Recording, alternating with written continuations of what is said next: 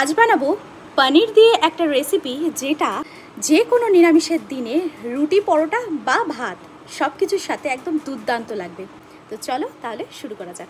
প্রথমে আলু, ফুলকপি, টমেটো, গাজর, ক্যাপসিকাম কেটে নিলাম। এরপরে পনিরগুলোকে সাইজ করে কেটে নিতে হবে। অন্যদিকে কড়াইতে জল গরম করে অল্প লবণ দিয়ে ফুলকপি ভাপিয়ে নিলাম। তারপর কড়াইতে তেল গরম করে পনিরগুলোকে হালকা লাল করে ভেজে নিলাম। এবার ভাজা তেলে দিয়ে দিলাম গোটা জিরে, তেজপাতা আর গ্রেট করে রাখা আদা। হালকা ভেজে আসা মাত্রই তার মধ্যে দিয়ে দিলাম কেটে রাখা সবজি আর পরিমাণ মতো লবণ। অন্যদিকে কিছু মশলা বানিয়ে নিলাম। গোটা গরম মশলাকে গুঁড়ো করে নিলাম। অন্যদিকে কাজু, পোস্ত, চারমগজ দিয়ে একটা পেস্ট বানিয়ে নিলাম। এবার হালকা ভাজা সবজির মধ্যে দিয়ে দিলাম কেটে রাখা ক্যাপসিকাম, টমেটো, চেরা কাঁচা লঙ্কা। অন্যদিকে বানিয়ে নিলাম মশলা, জিরে, হলুদ, লঙ্কা, ধনের গুঁড়ো দিয়ে তার মধ্যে জল দিয়ে ভালো করে ফেটিয়ে দিয়ে দিলাম ভেজে রাখা সবজির মধ্যে। এবার কিছুক্ষণ নাড়াচাড়া করেই তার মধ্যে দিয়ে দিলাম পোস্ত কাজুর পেস্ট, সাথে ফ্যাটানো টক দই, শেষে দিয়ে দেওয়া ভেজে রাখা পনির, ঘি, মিষ্টি, সাথে গরম মশলা।